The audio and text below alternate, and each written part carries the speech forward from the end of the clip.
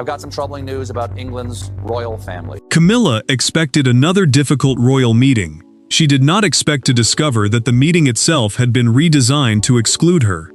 Behind closed doors, King Charles had quietly authorized the removal of his wife from the senior royal household advisory board, ending her access to a private circle that influenced some of the monarchy's most sensitive internal decisions.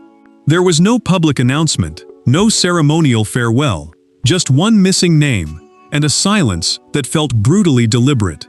Before we go deeper into what this really means for the royal family, make sure to subscribe so you don't miss a single update. Camilla stepped toward the table expecting the briefing folder, but her place was empty. She glanced at the aide, then at the surface where her papers should have been. The aide explained that a membership list had taken effect that morning. The Senior Royal Household Advisory Board, an inner group used in this dramatized story to coordinate household strategy, senior appointments, ceremonial priorities, and private royal planning, had been changed by authorization from Charles. She asked to see the list herself. Camilla read it without speaking. Her name was gone. Charles's approval appeared at the bottom, and the shock landed harder because she understood what it meant. This was not an accidental omission, temporary scheduling change, or broad restructuring that swept several people aside. She was the only senior royal specifically removed. Her hand tightened around the page before she placed it down carefully. The queen consort had believed disagreements could happen inside a marriage without changing her place beside the king. Now that belief had cracked. Charles knew when the new list would reach her. He had approved the change days earlier and remained elsewhere while aides carried out the decision. That absence told Camilla almost as much as the signature. He had expected pain. He had expected confrontation. Yet he had still chosen silence first. Worse, several people around her had known the change was coming while speaking to her normally, protecting the decision until it became official. Disbelief became humiliation. Camilla pushed her untouched tea aside and looked directly at the aide. She did not ask why she had been removed. Not yet. Instead, she asked who now held the influence she had lost. The answer pointed toward Charles, William, and a deeper struggle over where authority inside the monarchy should sit. She rose slowly, set the membership sheet back on the table, and said only, "I need to speak to my husband." But before Camilla could confront Charles over the decision, she had to understand something even more painful: why the king had stopped trusting her judgment in the first place. The deepest wound was not the lost seat, it was who had taken it away. For years, Charles and Camilla had survived storms that would have destroyed weaker partnerships, presenting a united front while private pressure accumulated behind palace walls. But now, the king had separated two roles that Camilla believed were inseparable: wife and advisor. And once that boundary was drawn, every conversation between them suddenly carried a second meaning. Camilla waited alone in the sitting room, studying the signature beneath the list. She had spent years hearing Charles speak before decisions hardened, absorbing his doubts, frustrations, instincts, and fears when no one else was present. That access had become part of how she understood their marriage. The crown, however, demanded something colder. Succession meant preparing the next sovereign to inherit responsibility without confusion, and Charles had begun thinking urgently about continuity as William moved closer to long-term planning. Charles entered quietly and closed the door. Camilla watched him cross the room, searching his expression for hesitation, guilt, anything suggesting the removal was forced upon him. He sat opposite her but did not reach for her hand. The distance was small enough to cross, yet neither moved. Finally, she asked the question that had followed her from the briefing table. "Was it really your decision?" Charles answered without hiding behind an aide, committee, or advisor. Yes. The word landed with brutal simplicity. He told her the monarchy could not depend forever on private influence flowing through marriage, however trusted that marriage might be. William had begun attending more strategic household discussions, and the prince had pushed for clearer boundaries between personal loyalty and institutional authority. Yet Charles refused to make his son the cause. The king had already been wrestling with the same concern before those conversations intensified. Camilla felt the hurt sharpen because this was no sudden concession to William. Charles had been thinking about her position for months, while continuing to share meals and family concerns, as though nothing fundamental was shifting beneath them. She asked why he had not warned her. He looked down before answering, and that hesitation told her the truth was deeper than policy. Charles knew where the unease had begun. One gathering had changed the tone between all three of them, turning a discussion about the future into a test of loyalty. Camilla had challenged William directly in front of his father, and the future king had answered with restraint that made the disagreement even more dangerous. Their strained silence had begun long before that morning, and one confrontation months earlier would become the moment everyone inside the household later recognized as the point of no return. Every royal rupture has a moment that looks insignificant until everything after it begins to make sense.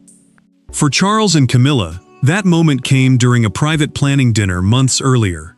What began as a discussion about the future of the household turned into a clash over William's authority, Camilla's influence, and the king's willingness to choose between them. Nobody raised their voice at first, but one sentence changed the atmosphere, and Charles never forgot it. William entered the dinner, already carrying a growing share of royal responsibility, and Charles knew the evening mattered, because the future structure of the household could no longer remain vague. Succession planning, the process of preparing authority and duties for the next reign, had become more urgent as the prince took on heavier responsibilities. Only a handful of senior relatives and advisors were present, and the discussion focused on who should shape sensitive decisions before they reached the monarch. Camilla listened as William argued that long-term planning needed a simpler chain between the sovereign and the direct heir.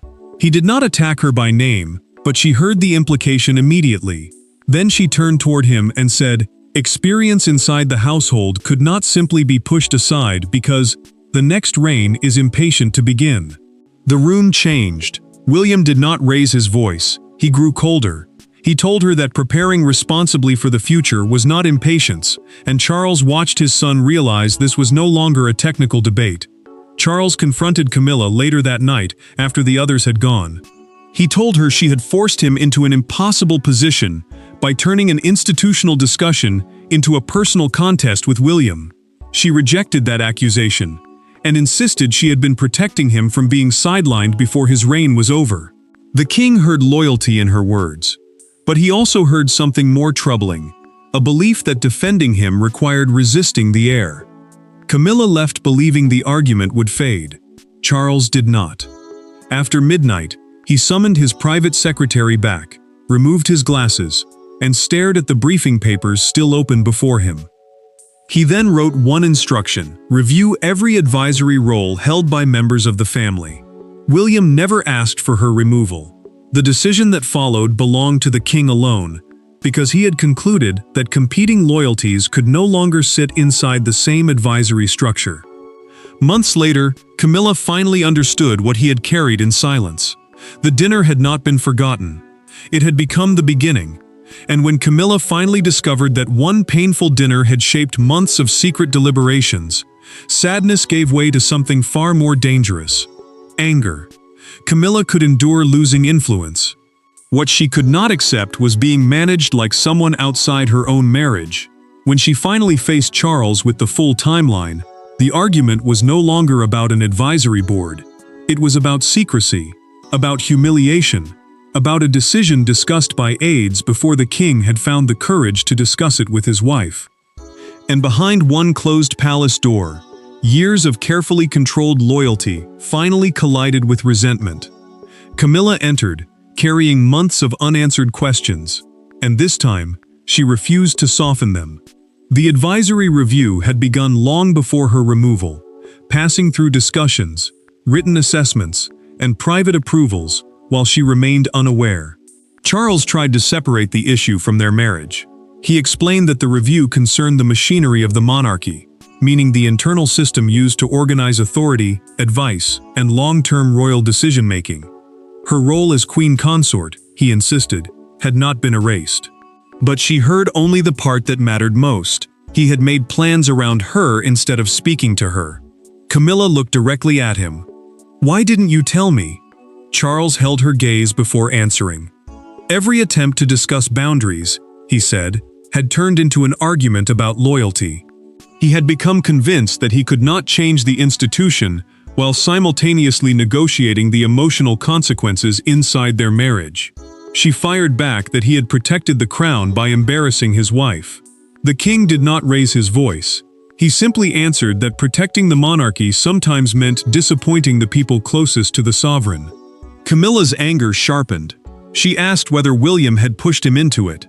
Charles refused to let that accusation stand. The prince had argued for clearer lines of authority, but the removal itself belonged to the king. His signature authorized it. His judgment made it real. Then came the blow she had not expected. This was permanent. Charles had redesigned the board so spouses of the monarch and heir would no longer automatically hold influence over its strategic work. Camilla rose from her chair. For a moment, even Charles seemed to understand that the argument had crossed into something harder than anger. She had believed time might restore what had been taken. Now there was nothing to wait for. The boundary was fixed. Camilla reached the door, stopped, and rested her hand against it without turning around. Charles remained behind her, silent, knowing that apology could not undo what he had chosen. The door closed on their argument, but outside that room another shift was already underway. The machinery of royal power had begun reorganizing itself around Charles and William. Camilla's removal created more than an empty chair. It revealed where Charles intended the monarchy's center of gravity to move. The king was not surrendering authority, nor was William seizing it. Instead, father and son were constructing something more disciplined, a direct channel between the reigning monarch and the man destined to follow him. For Camilla, that change carried an unmistakable message. Affection could remain private. Authority would now follow succession. Charles entered the revised meeting knowing every chair now carried meaning. The advisory board had been reorganized around functional responsibility rather than marital closeness, which meant influence would follow defined duties instead of personal access to the sovereign. Senior household professionals remained in place, while William gained a clearer role in decisions tied to long-term continuity. The change mattered because uncertainty around authority could create rival centers of influence, and the king had become convinced that those rivalries would eventually weaken the institution. William understood the cost before the meeting began. He asked Charles privately whether he was certain they should proceed so soon after Camilla's removal. The prince did not want her to believe he had engineered the humiliation, especially after their earlier clash had already made him the obvious figure to blame. Charles answered with quiet finality. Delaying now, he said, would only make the decision crueler. Restoring her simply to calm domestic tension would prove that personal pressure could reverse institutional judgment. William had never asked for that outcome.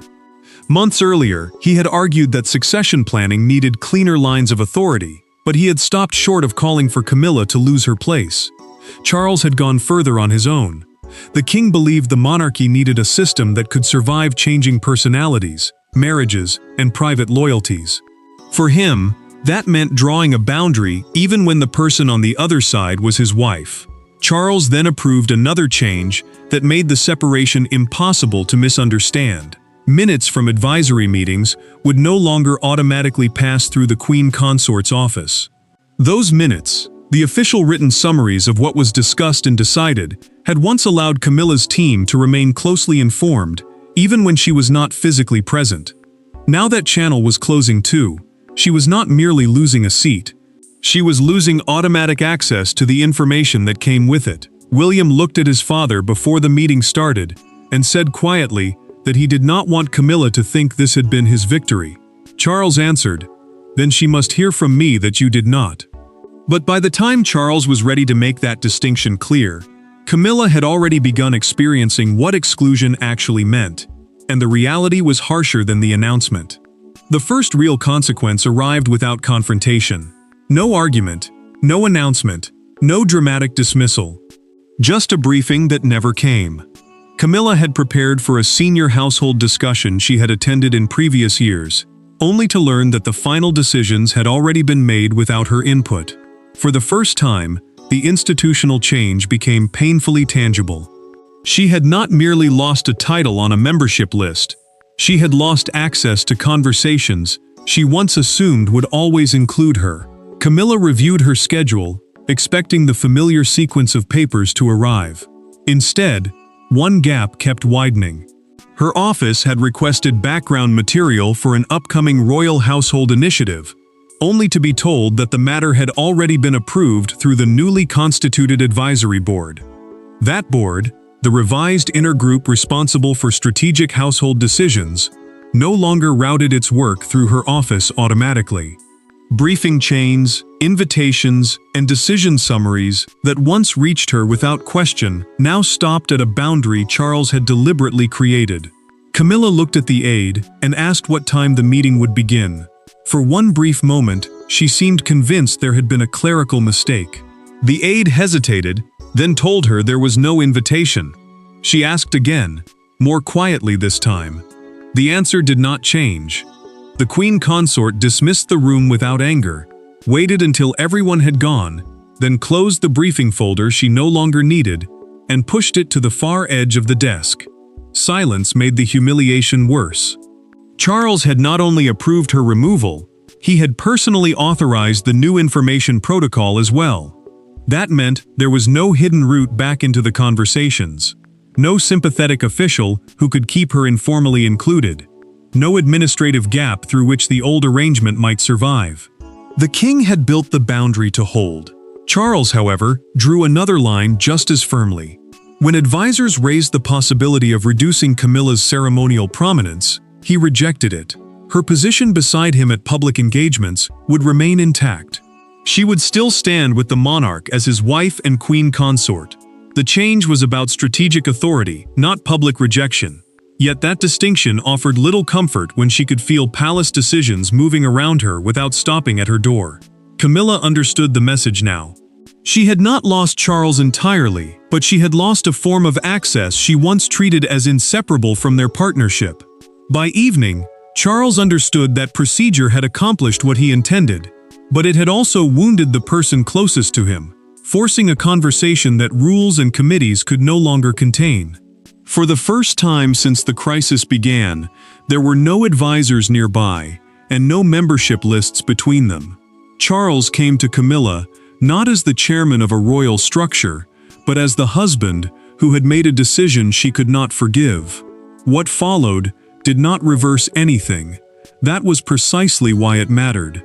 Neither demanded victory. Instead, they finally confronted the difference between losing influence and losing love, and discovered those were not the same thing.